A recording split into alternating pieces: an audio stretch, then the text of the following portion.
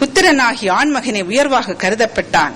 எனவே ஆண் குழந்தை பிறந்தால் மகிழ்ச்சியும் பெண் குழந்தை பிறந்தால் வெறுப்பும் ஏற்பட்டன. அன்றைய திருமணங்களை நோக்கினால் வேதமுறை திருமணங்கள் 8 என்று கூறியுள்ளனர். அவை பிரம்மம், பிரஜாபத்தியம், ஆரிடம், தெய்வம், காந்தர்வம், அகரம், ராக்கதம், பைசாசம் ஆகியன. பிரம்மம் என்பது 48 ஆண்டுகள் பிரம்மச்சரியம் காத்த ஆண்மகன் ஒருவனுக்கு 12 வயதை நிரம்பிய இளமகளை அணிகலன்கள் அணிவித்து பெற்றோர் தானமாக கொடுப்பது. இந்த வயதிற்குள் மகளை மனம் செய்து கொடுக்காத தந்தைக்கு பசுவையும் பிராமணனையும் கொலை செய்த பாவம் வந்து சேரும் என்பதாகும். இரண்டாவதான பிரஜாபத்தியம் என்பது பெண்களை கொள்வதற்குரிய ஆண்மகன் பெண்ணுக்கு 50 கழஞ்சு நகை அணிவித்தால் பெண்ணின் பெற்றோர் அதன் 2 மடங்காக தம் மகளுக்கு நகை அணிவித்து மனம் செய்து கொடுப்பது என்பது. இங்கு வயதோ தகுதியோ நோக்கம் அல்ல, செல்வமே முன்னிலை வகிக்கிறது. மூன்றாவதான ஆரிடம் என்பது பசு மற்றும் காளை மாடுகளை உலோகத்தால் வடிவமைத்து கொம்புகளை பொன்னால் அமைத்து இடையே தம் மகளை அணிகலன்கள் அணிவித்து நிறுத்தி நீர் வார்த்து ஆடவனுக்கு வழங்குவது. நான்காவதான தெய்வமணம் என்பது மிகப்பெரிய வேத வேள்விகளை நிகழ்த்தும் ஆச்சாரியான் ஒருவனுக்கு மகளை வேதத்தீயின் முன் தட்சிணையாக கொடுப்பது. ஐந்தாவதான காந்தர்வம் என்பது விண்ணில் சுற்றித் திரியும் காந்தர்வ குமாரரும் கன்னியரும் ஒருவரை ஒருவர் எதிர்பட்டு கண்டு விரும்பி இணைவது. ஆறாவதான அசுரமணம் என்பது காளைகளை அடக்குதல், வில்லொடித்தல், மேலே சுடலும் எந்திரங்களை கீழே குனிந்தவாறு குறித்த இடத்தில் அம்பெய்து வீட்டுதல் முதலிய போட்டிகளை அறிவித்து அதில் வெற்றி கொள்பவனுக்கு மணமகளை கொடுப்பது. ராக்கதம் என்பது இளமகள் ஒருத்தியை அவள் விருப்பமோ அவளது பெற்றோர் விருப்பமோ பாராது வலிமையுடையவன் வந்து பற்றி சென்று மணப்பது. எட்டாவதான பைசாசமணம் என்பது ஒருவன் தன்னை விட மூத்த பெண்ணையோ தூக்கத்தில் ஆண்டிருப்பவளையோ புணரும் கொடுமையை குறிப்பது.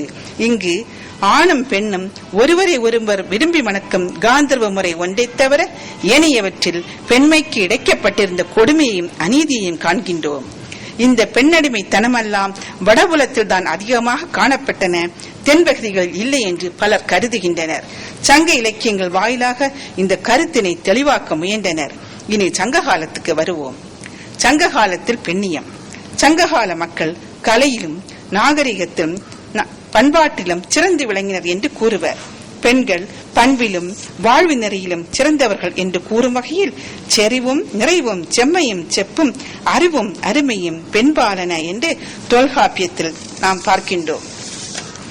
அடக்கமும் அமைதியும் மனங்கோணாத தன்மையும் நல்லது எது தீயது எது என்று ஆராய்ந்து அறியத்தக்க அறிவும் பிறர் உள்ள கருத்தை அறியவல்ல அருமையும் பெண்மைக்கு உரியன என்பது இதன் பொருள். பெண்களை சிறந்த நெறியில் வைத்து பார்த்தனர் என்பதற்கு இப்பாடல் ஒரு சான்று. பெண்மகளை பெறுதல் பெரும் பாக்கியமாக கருதினர். குண்ட குறவன் கடவுட்பேணி இறந்தனன் பெற்ற எல்வகை குறுமகள் என்று இறைவனை வேண்டி பாடு கிடந்ததால் பெற்ற பெண் என்று 500 பாடல் ஒன்று தெரிவிக்கின்றது. பெண்களுக்கு வீட்டிற்கு வெளியே செல்லவும் தங்கள் தோழிகளுடன் கூடி விளையாடவும் சுதந்திரம் வழங்கப்பட்டிருந்தது. அவர்களை வீட்டில் அடைத்து வைத்திருப்பது அவர்கள் உடல் நலத்தை சிதைப்பதாகும் என்றும் கூறியிருந்தனர்.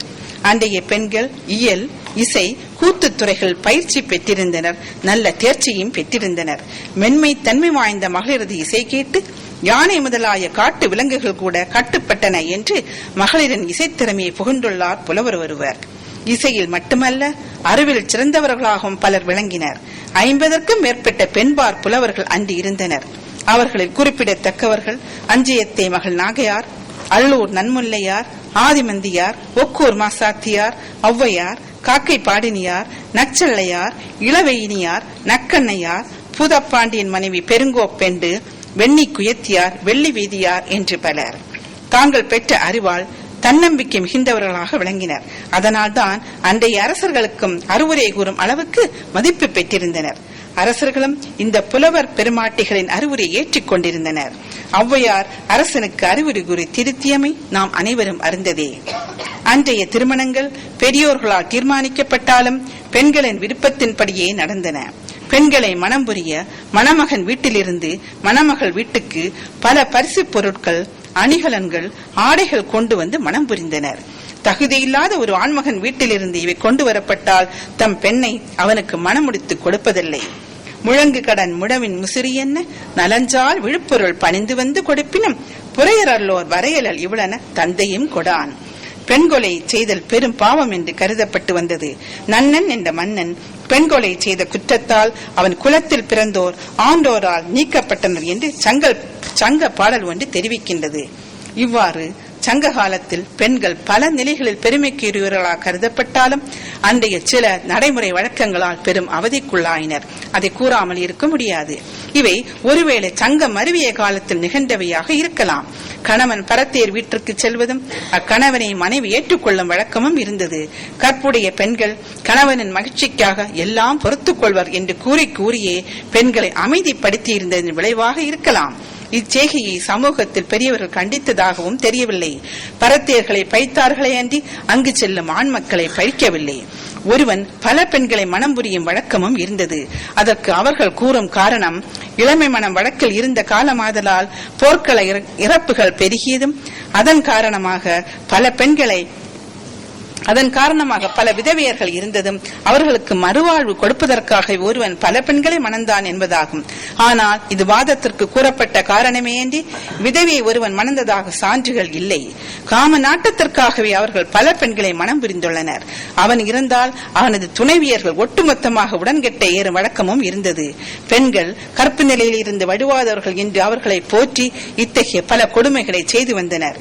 பின்வந்த காலகட்டத்தில் கணவனை இழந்த பெண்களின் நிலையை எண்ணி பார்க்கின்ற நம் மனங்கள் மேலும் வருத்தமுறும். கணவனை இழந்த பெண் உடனே உயிர்விட்டால் முதல் நிலை என்றும், உடன்கெட்ட ஏறுவது இரண்டாம் நிலை என்றும், கைமை நண்பு நோட்டலை மூன்றாம் நிலை என்றும் கருதி வந்தனர். வறுமையில் உடலும் ஆதரவற்ற பெண்கள் பல பெயர்களால் அழைக்கப்பட்டனர். பாதுகாக்க ஆண்கள் யாரும் இல்லாதவர்களை ஆளில் பெண்டிரண்டும், அணிகலன்களை களைவதால் கழிகல மகளிரெண்டும், பருத்தி கொண்டு நூல் நூட்டு வருமானம் ஈட்டி வாடும் பெண்களை பருத்தி பெண்டிரெண்டும் அழைத்தனர்.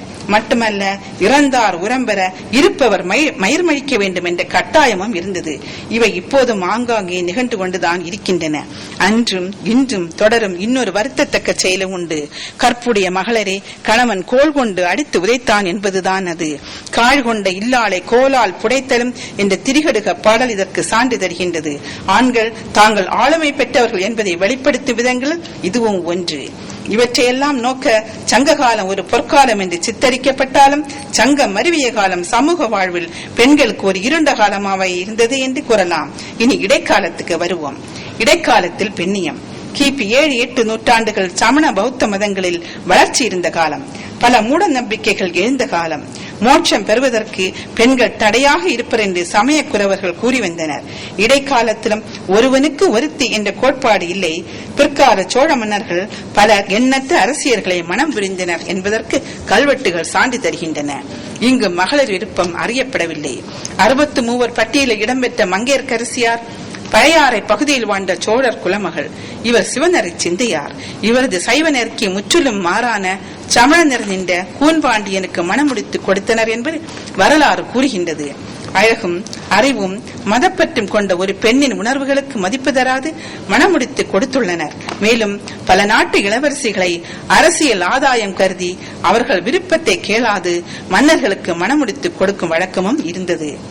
கணவர் தெய்வ அருள் பெற்றார் என்றால் மனைவி அஞ்சி ஒதுங்காது கணவனுக்கு துணையாக நின்றனர். ஆனால் மனைவி தெய்வ அருள் பெற்றால் கணவன் அவளை ஒதுக்கி வேறு திருமணம் செய்து கொள்வது உண்டு. காரைக்கால் அம்மையாரின் வாழ்க்கையால் இதனை நாம் அறியலாம்.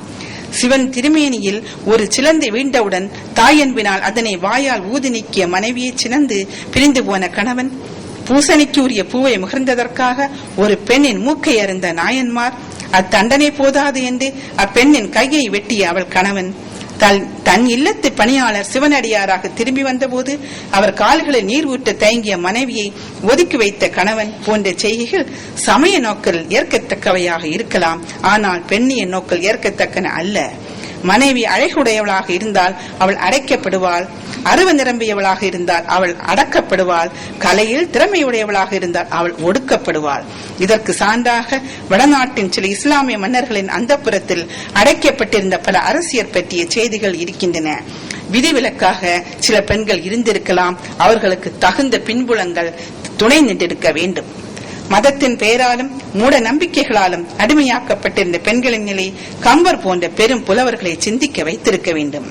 பெண் பெருமைக்குரியவள் என்று உலகுக்கு எடுத்துக்காட்ட ராமாயணத்தை தமிழ் தந்தார் என்று கருத தோன்றுகிறது.